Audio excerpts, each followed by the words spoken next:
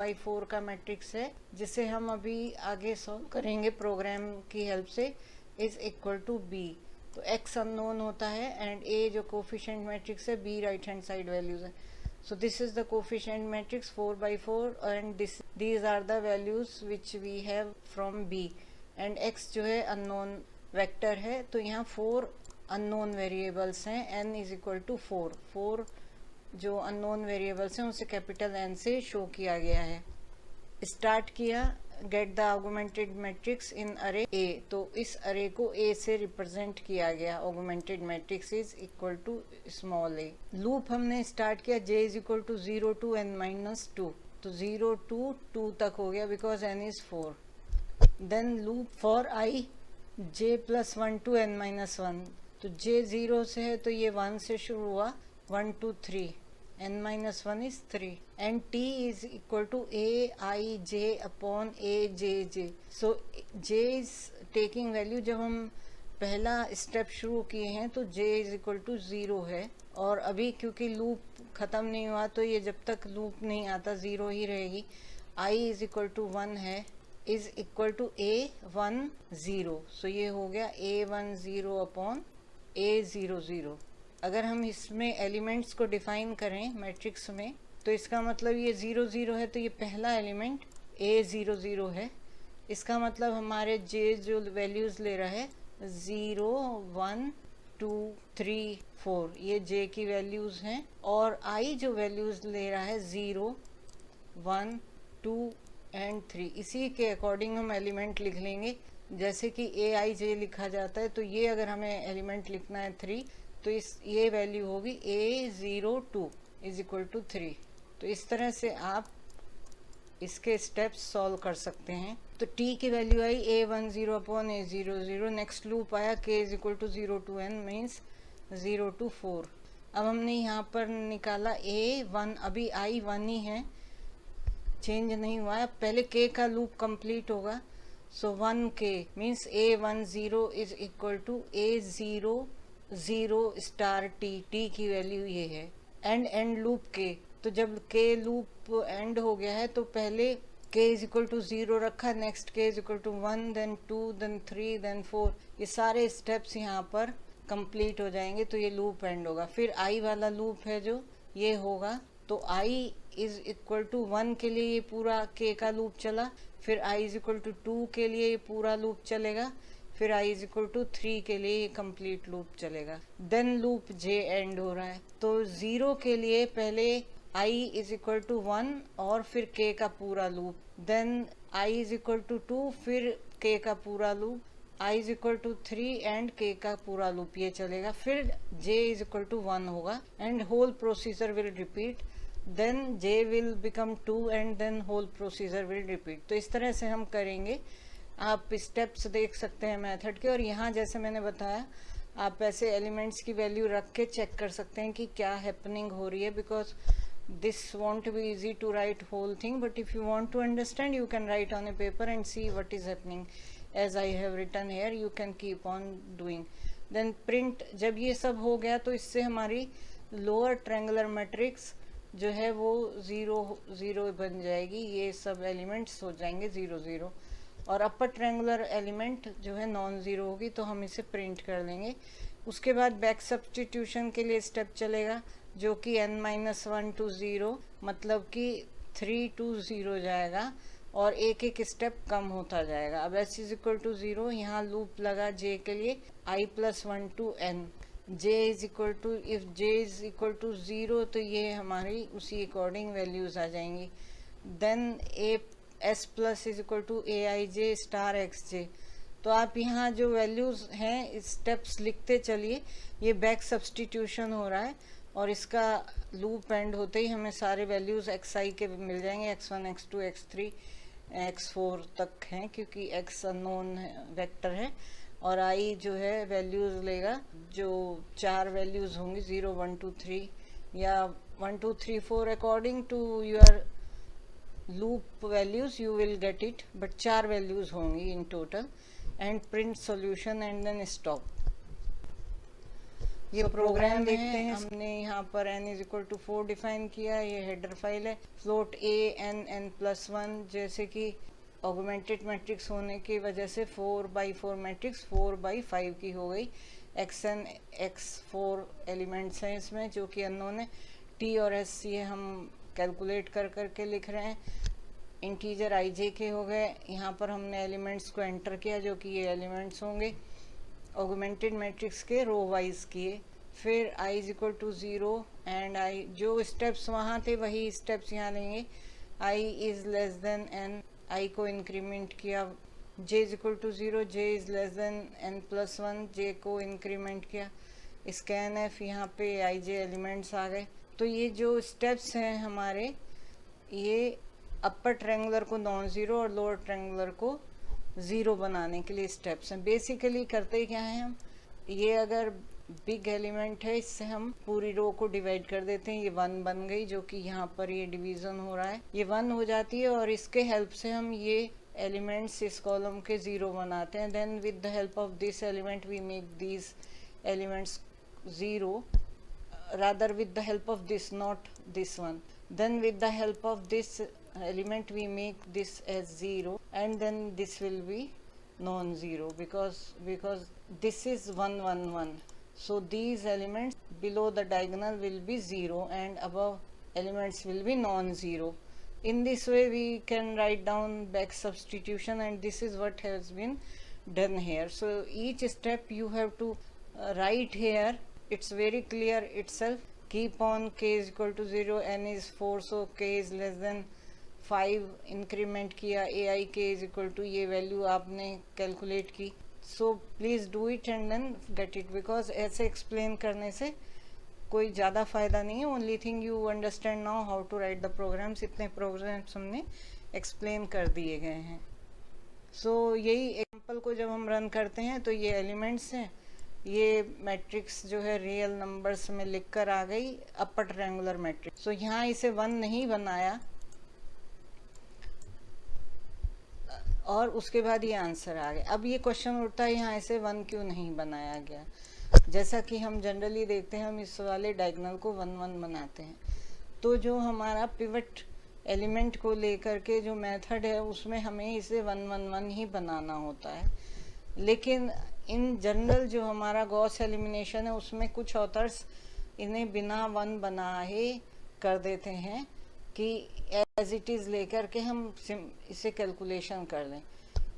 जैसे कि Jordan method में क्या है कि लोअर ट्रायंगुलर मैट्रिक्स अपर दोनों को 0 बनाते हैं और इसे डायगोनल को 1 1 रखते हैं और डायरेक्ट हम रिजल्ट लिख सकते हैं।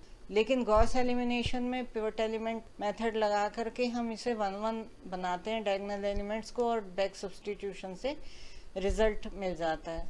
लेकिन कुछ ऑथर्स इसे नॉन 1 रख करके सिर्फ लोअर एलिमेंट्स को 0 बनाते हैं, जो कि यहाँ पर किया गया है। And they use back substitution और यहाँ से x4 आ जाएगा, फिर नेक्स्ट से x3, देन यहाँ से x2 और यहाँ से x1 की वैल्यू आ जाएगी। So we get the answer. तो आप अपने प्रोग्राम को इससे समझ करके आप री राइट कर सकते हैं, where we are making it 1 instead of as it is whatever is given hair.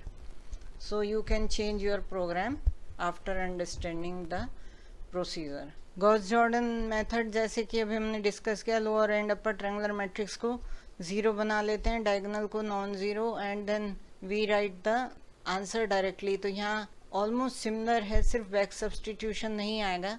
Augmented matrix ली, जे का लूप लगाया जैसे पहले किया था आई का, यहाँ कंडीशन चेक की कि I is not equal to J, yes और नो, देन टी की वैल्यू, के की value, A I K, end loop K, J I and J, and finally diagonal matrix बनी और स्टॉप कर दिया। तो ये काफ़ी सिमिलर है, सिर्फ इसमें बैक सब्स्टिट्यूशन यहाँ पर हमने n3 डिफाइन किया है। आप यहाँ पर कोई दूसरा एग्जाम्पल लेकर के कर सकते हैं, लेकिन n4 भी डिफाइन कर सकते हैं आप। And just follow the steps and then see what happens, how are you getting the result. I think this will be for 4 if we take this example. then we can get the result.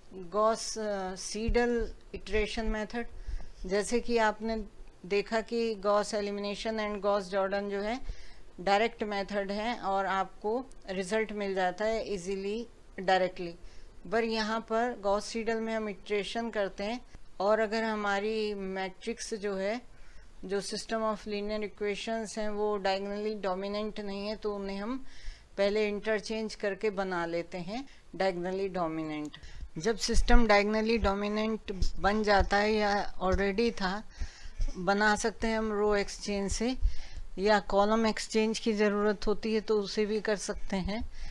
तो हम उसके बाद जो है initialise कोई initial value से start करते हैं and we keep on improving on it by iterations, और फाइनली हमें एक आंसर जो मिलता है जो कि correct up to 4 decimal place और 3 decimal place according to our requirement, हम उसे स्टॉप कर देते हैं। तो स्टार्ट जैसे कि फ्लो चार्ट है, सो स्टार्ट किया, इनिशियलाइज जो हमने इनिशियल वैल्यू दी वो 0 दी, वेक्टर एक्स है, मतलब कि अगर 4 वैल्यूज हैं तो 4 वैल्यूज को 0 दिया। Then get the elements of augmented matrix, यहाँ भी हमने ऑगमेंटेड मैट्रिक्स ली। एरर, अलाउड एरर, जैसे मैंने कहा कि 3 डेसिमल प्लेस तक या 4 डेसिमल प्लेस तक या 5, जैसे हमें रिक्वायरमेंट है, according to that we will be doing. तो यहाँ हमें अलाउड एरर देनी होगी, मैक्सिमम नंबर ऑफ इटरेशंस भी देने होंगे। Print heading, then loop for iteration is equal to 1 to maximum iteration, maximum error is 0, loop for I is equal to 0 to n minus 1, n number of unknowns हैं, then s is equal to 0, loop j is equal to 0 to n minus 1। तो ये आप लिखते चलें कि आप problem जो हम प्रोग्राम की हेल्प से सॉल्व कर रहे हैं, सेम प्रॉब्लम ले लें वीडियो को आगे बढ़ाकर, और then start doing step by step what is happening in the program. is j is not equal to I, अगर not है तो मतलब कि true है, yes, और अगर नहीं है तो no होगा। तो ये आप कैलकुलेशन करेंगे इस केस में, और अदरवाइज जो है आप इस एंड लूप j कर लेंगे। then we go to this value, t value you are calculating, then error check कर रहे हैं that whether absolute value और t के बीच में जो error है वो allowed error से कम है या ज़्यादा है। Is error greater than maximum error, क्योंकि हर एक स्टेप पर एरर है और मैक्सिमम एरर डिफाइन की गई है। अलाउड एरर, मैक्सिमम एरर कह सकते हैं हम। If it is yes then maximum error is equal to error, no this is equal to this, और यहाँ के बाद 1 पर गए, end loop, print results. Is maximum error is less than allowed error, yes, print solution, no end loop and print solution does not converge. तो एक छोटा सा एग्जांपल लीजिए और स्टेप बाय स्टेप उसे सॉल्व करके देखिए, जो कि प्रोग्राम में तो हो ही रहा है, या इन बिटवीन सारे एलिमेंट्स को प्रिंट करा लीजिए, जितने भी आपके एलिमेंट्स ऑब्टेन होंगे हर स्टेप पे, जितने कैलकुलेशन हो रहे हैं सारे प्रिंट करा लीजिए। Then you can check n is equal to 4 define किया गया, हेडर फाइल्स ले ली गई हैं, एंड फ्लोट डिफाइन किया है मैट्रिक्स को, a n n plus 1, x n unknown vector है, allowed error, maximum error, t s error, so ये दिया गया। देन इंटीजर डिफाइन कर दिया, i j iteration, maximum iteration, first initialising the error, अरे नॉट एरर, अरे, जो कि हम 0 0 लेते हैं जनरली, या क्वेश्चन में दिया होता है, या अगर आपको कोई प्रॉब्लम रियल लाइफ की है, कुछ नोन है उसके बारे में, तब आप वो वैल्यू ले सकते हैं। लूप है i is equal to 0, i is less than n, i को इंक्रीमेंट दिया, x i is equal to 0, ये तो इनिशियलाइजेशन था। ऑगमेंटेड मैट्रिक्स के एलिमेंट्स को यहाँ प्रिंट कर लिया, एंटर किया, आप स्कैन f करेंगे, स्क्रीन से देंगे, तो यहाँ ये स्क्रीन से aij के एलिमेंट्स को दे दिया गया लूप के साथ। फिर यहाँ पर अलाउड एरर को हमने प्रिंट कराया, मैक्सिमम नंबर ऑफ इटरेशंस को, ये हमने स्क्रीन के थ्रू स्कैन एफ से दे दिया अलाउड एरर, मैक्सिमम इटरेशंस को। प्रिंट एफ क्या करा, इटरेशन, और x1 x2 एंड x3 ये हमने वैल्यूज प्रिंट कराई हर इटरेशन पर। इटरेशन इज इक्वल टू 1, यहाँ पर ये इटरेशन जो है मैक्सिमम इटरेशन के इक्वल या लेस देन है, इंक्रीमेंट देते चले इटरेशन को। मैक्सिमम एरर 0 डिफाइन किया, then for i is equal to 0, i is less than n, i को इंक्रीमेंट दिया, s is equal to 0, Then for j is equal to 0, j is less than n, j plus plus. So j is not equal to I, s plus is this much. ये आप जब calculation करेंगे inside, then you will be seeing that this is happening. Error check कर ली, इसीलिए एक example को लिख करके ज़रूर करें. So what ever it is being done, number of iterations repeat कर रहे हैं. और आप हमेशा ये ध्यान रखिए कि गॉस सीडल मेथड में जो मान लीजिए 0th इटरेशन पे हमने 0 वैल्यू ली सारे अननोन वेरिएबल्स की, तो फर्स्ट इटरेशन पर वो जो हमारी इनिशियल हैं वो लेंगे. लेकिन अगर हमने x1 कैलकुलेट कर लिया तो जब हम x2 कैलकुलेट कर रहे हैं तो current value of x1 will be used. ऐसे ही जब अगर हम x3 कर रहे हैं तो current values of x1 and x2 will be used. अगर हम x4 कैलकुलेट कर रहे हैं तो current values of x1, x2, x3 will be used. तो इस तरह से आप ये करते चलें और आप देख सकते हैं एग्जाम्पल की हेल्प से आप सारे ये स्टेप्स करें. Then see what is happening.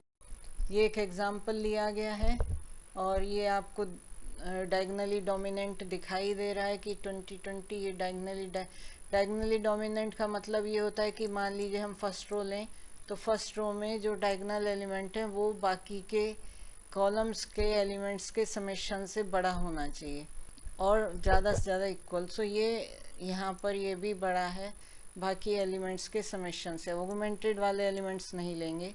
And यहाँ पर ये भी बड़ा है इन दोनों के समेशन. तो ये आप देखिए कि प्रोग्राम, आप ये प्रोग्राम लें और पिछले ये एग्जाम्पल लें और पिछले प्रोग्राम में ये इनपुट की तरह यूज़ कर करके देखें हर स्टेप पर क्या कैलकुलेशन हो रही है. Then you can see that this is the answer. Newton forward interpolation formula है. इसमें हम जो है प्रेडिक्ट करते हैं या वैल्यू कैलकुलेट करते हैं. इन बिटवीन हमें कहीं पर इंटरपोलेट करनी होती हैं. गिवन डेटा सीरीज़ है, इन बिटवीन डेटा कहीं हमें कैलकुलेट करना है y का विद रिस्पेक्ट टू x. किसी एक गिवन वैल्यू x पर हमें y की वैल्यू कैलकुलेट करनी है. तो फार्मूला यूज़ कर सकते हैं डायरेक्टली. तो यहाँ पर हमने start and given get the value of n, कितनी हमें नंबर ऑफ एलिमेंट्स दिए गए हैं सीरीज़ में, उसे हम ax ay से कह देंगे एलिमेंट्स. और गेट वैल्यू ऑफ x जिस पर हमें इंटरपोलेट करना है, h की वैल्यू निकाल ली हमने ax1 माइनस ax0. क्योंकि ये इक्वली डिस्टेंट है तो स्टेप साइज इज सेम, तो दो कॉन्जिक्यूटिव वैल्यूज़ के बीच की दूरी h है. यहाँ हमने फर्स्ट वैल्यू और 0th वैल्यू ली और उनके बीच का डिफरेंस ले लिया. i पर लूप लगाया 0 to n-1. फिर हमने ये डिफरेंस फाइंड आउट किया. i1 is ay i+1 minus ay. सो ये नेक्स्ट वैल्यू एंड ये previous value and loop i. तो ये डेल्टा y बेसिकली निकल गया हमारा, डेल्टा y निकल गया. फिर हमने लूप लगाया j is equal to 2 to order जहाँ तक हमारी कैलकुलेशन होगी. और हम ये डेल्टा के वैल्यूज़ निकालते रहे, delta square y, delta cube y. And then we check axi is greater than x. If yes, go to 30 and 30 is here, otherwise no to this and then this. So 40, go to 40, some here it will be 40. Go to 30, 30 is coming back to this. Then we will be doing this whole step and in the end we are getting the values and stopping it. So here this is the program of the Newton forward interpolation formula. Here we have taken header file, define max n, कितना number of हम elements ले सकते हैं series में, order कहाँ तक 4 तक हम जा रहे हैं. सो जो ये डिफरेंस हम कैलकुलेट करेंगे delta y, delta square y, delta cube y and delta 4y and then ax. So max n plus 1, max n plus 1 difference. ये हमने इनको जो है मेमोरी में स्पेस डिफाइन कर दिया, डायमेंशन दे दी बेसिकली कि this is the location for them in the memory. और हमने nr is equal to 1, dr is 1.0, xp h yp ये डिफाइन कर दिए, इनकी वैल्यूज़ दे दी. And these are the variables. Integer ये हैं, ये फ्लोट थे xp h yp, इंटीजर है ni j के. Print F enter the value of n, ये हमने स्क्रीन से एंटर करा दिया. Enter the values of X Y, जो हमारी सीरीज है, X data series, Y data series, and then ये लूप लगाया हमने, ये सीरीज के एलिमेंट्स को दे दिए values.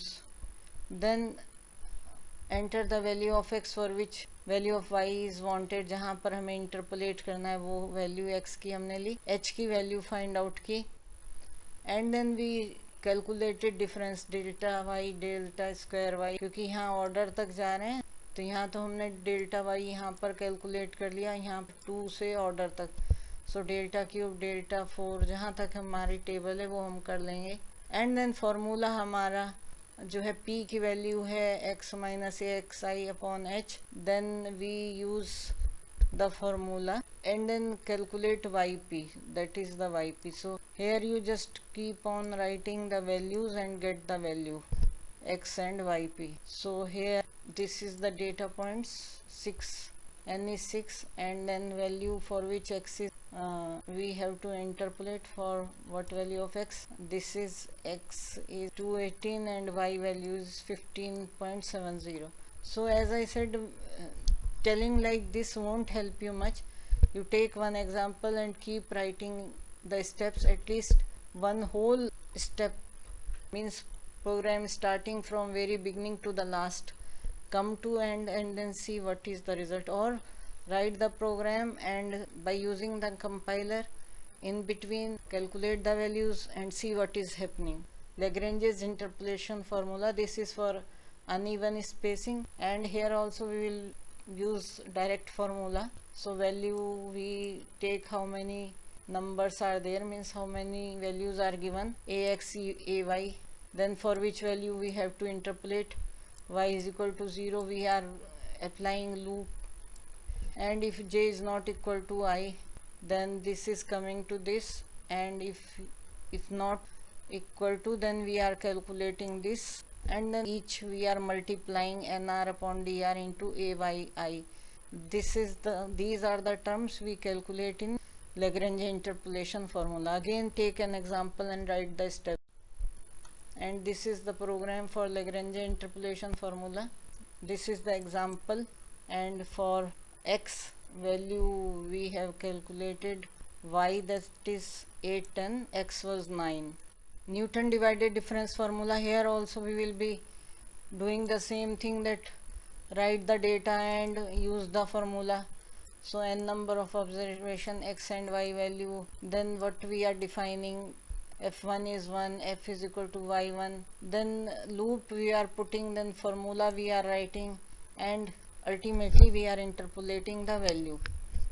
You know what is the way and how to write this. This is the program of Newton's divided difference formula. Stop the video and note down the program and run it, so you can see what is happening.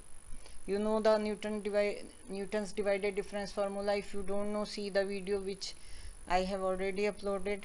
So this is the example of Newton's divided difference formula, because Lagrange method and Newton's divided difference formula, both they are being used for unevenly spaced data, means difference between two consecutive values are not same. And here we have taken same example, that x is equal to 9, and we got the same result, that for x is equal to 9, y value is 810. Example is same.